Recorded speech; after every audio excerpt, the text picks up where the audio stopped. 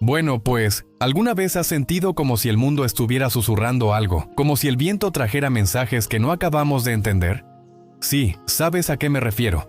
El cielo cambia de color de una forma extraña, las tormentas parecen más furiosas, la tierra se seca donde antes había vida. Es como si estuviéramos leyendo un libro del que nos han arrancado las primeras páginas, y de repente nos encontramos en un capítulo final lleno de tensión.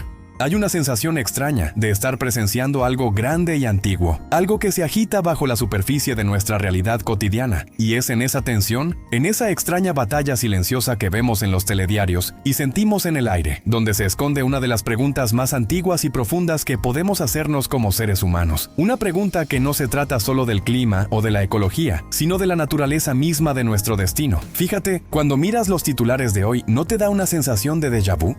Vemos glaciares que se desvanecen como si fueran de azúcar, derritiéndose a una velocidad que los científicos apenas pueden calcular. Vemos incendios forestales que devoran paisajes enteros con una furia que parece casi bíblica, tiñendo el cielo de un rojo apocalíptico durante semanas. Sequías que agrietan la tierra y convierten ríos en caminos de polvo. Inundaciones que reclaman ciudades. Y es inevitable, ¿verdad?, que la mente se vaya a esos textos antiguos, a esas historias que nos contaban de pequeños. La verdad es que cuando abres la Biblia, te das cuenta de que no solo hablaba de fe y moralidad. Hay pasajes, sobre todo en los libros de los profetas como Isaías, Jeremías o incluso en el Apocalipsis, que describen un mundo en plena convulsión ecológica. Hablan de los cielos enrollándose como un pergamino, de los ríos secándose y de la tierra lamentándose y marchitándose. La conexión es inquietante. No eran simplemente metáforas abstractas del juicio divino. A menudo describían señales ambientales muy específicas como un reflejo de un desorden más profundo, un desequilibrio humano. Y esto nos lleva a plantearnos una pregunta un poco provocadora, ¿no? ¿Estamos viviendo el fin de los tiempos? Pero ojo, no necesariamente el fin del mundo como en las películas de Hollywood, con asteroides y explosiones, sino quizás el fin de una era. El fin de una forma de vivir, de relacionarnos con el planeta y en última instancia con nosotros mismos. Y es aquí, al profundizar un poco más, donde nos damos cuenta de que todo esto tiene raíces mucho más profundas. Mira, para los profetas bíblicos, la salud de la tierra y la salud espiritual de la humanidad estaban intrínsecamente ligadas, o sea que no eran dos cosas separadas. La idea era simple y a la vez muy potente. Cuando la humanidad se alejaba de sus principios, de la justicia, de la compasión, del cuidado de la creación, la propia creación respondía. La naturaleza no era un mero telón de fondo inerte para el drama humano, era un participante activo, un espejo que reflejaba nuestro estado interior. La tierra gime y sufre dolores de parto, como diría el apóstol Pablo. ¿Por qué se centraban tanto en esto?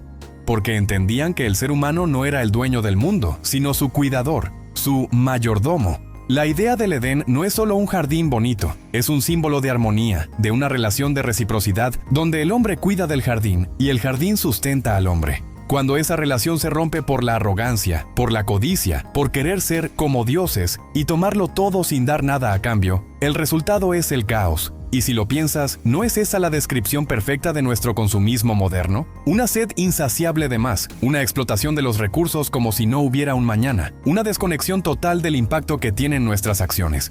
Las profecías, en este sentido, no eran una condena divina, sino un diagnóstico increíblemente lúcido. La decadencia espiritual, la pérdida del sentido de lo sagrado en el mundo natural, inevitablemente conduce a la decadencia ambiental. Pero aquí es donde la historia da un giro fascinante. Porque si bien estas profecías hablan de pruebas, de tribulaciones, de una naturaleza que parece rebelarse, muchas de ellas no terminan ahí. La verdad es que, a menudo, justo después de la descripción del caos, surge la promesa de algo nuevo. Hablan de un gran despertar, de un momento en que los ojos se abren y la gente empieza a recordar. Isaías, por ejemplo, después de pintar imágenes de desolación, habla de cielos nuevos y tierra nueva, un lugar donde la justicia y la paz reinarán, donde el lobo morará con el cordero. Esto no es solo una fantasía poética, es la visión de una transformación radical de la conciencia. Es como si las propias crisis ecológicas, por terribles que sean, actuaran como un catalizador, como un despertador brutal que nos obliga a reevaluarlo todo.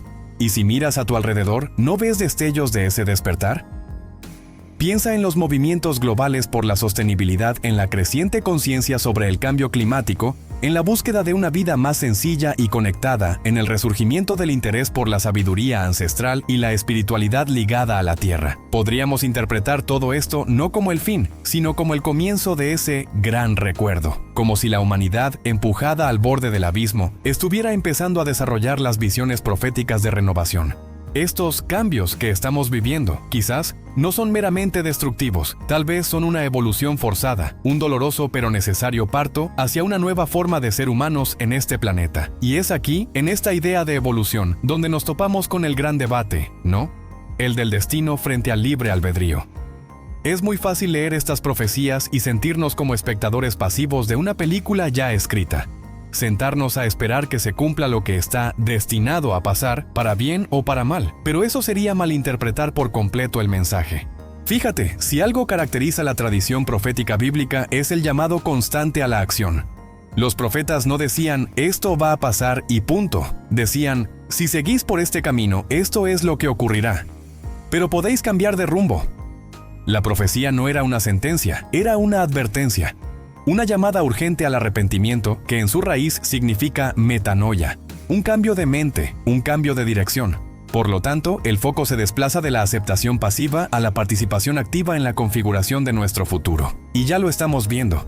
Vemos ejemplos por todas partes, comunidades que implementan sistemas de energía renovable innovadores, que crean materiales biodegradables a partir de residuos agricultores, que recuperan técnicas ancestrales para regenerar el suelo, gente que decide consumir menos y de forma más consciente. Cada una de estas acciones, por pequeña que parezca, es un acto de reescritura profética, es alinearse con esos principios de renovación y cuidado que se encuentran en el corazón de las visiones antiguas. Sí, las profecías nos muestran posibles trayectorias, nos advierten de las consecuencias de nuestras elecciones, pero la pluma, al final, sigue en nuestras manos. La elección humana y la acción colectiva siguen siendo la variable más poderosa de la ecuación. Así que, al final de todo este recorrido, la invitación es clara. Se trata de dejar de vernos como víctimas de un destino inevitable, o como meros supervivientes de una catástrofe anunciada. El desafío es vernos como lo que realmente somos. Co-creadores. Co-creadores de un nuevo capítulo, de un nuevo destino ecológico y espiritual para la humanidad. No se trata de hacer un gesto grandioso que salve el mundo de la noche a la mañana. Se trata de los pequeños actos de co-creación diarios. ¿Cómo puedes empezar? Bueno, pues informándote y compartiendo ese conocimiento.